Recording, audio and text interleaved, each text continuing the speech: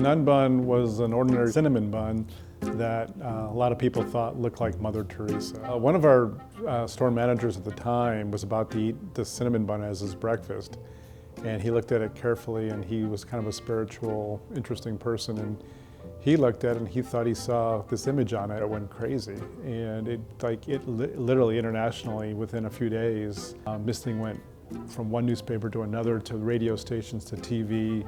And people would come because they heard about it from wherever, people driving through Nashville, and they'd stop to look at it and they were just amazed. Some people thought it was funny, some people just thought it was silly, and some people really thought it was like a sign of something. Mother Teresa wrote us a letter almost right away and said she didn't want us to use her image to capitalize on making money. Even when we said we're going to use all the money we made and send it to her charity. And it was an honor that she wrote to us, but I don't think she fully understood what we were doing. And her attorney called me during that whole craziness. We couldn't call it the Mother Teresa cinnamon bun, so we stopped. We ended up calling it the Nun Bun because Mother Teresa's people were okay with that term. But right before she died, her attorney called me back.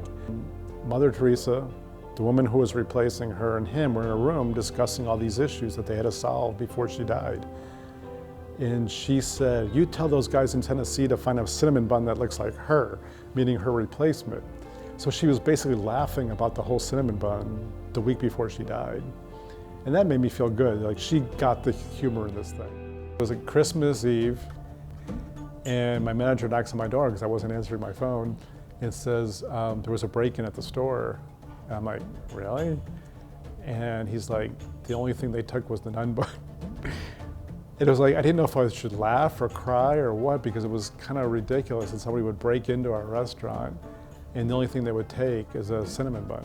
So it was strange. I mean, literally they took the door off the hinges. You got to think about it, like, who's doing this? Is it somebody who objects to it somehow? Is it a religious person who thinks we're doing something anti-religious? Is it somebody who just doesn't like me? Is it somebody who thinks it's funny? After it was stolen, we did get a couple postcards of pictures that look like the Nun Bun in weird places, like on the beach or somewhere.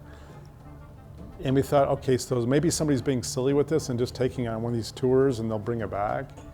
We point to a few people who really had a grudge against us. I don't really think anybody objected to what we were doing exactly with the Nun Bun.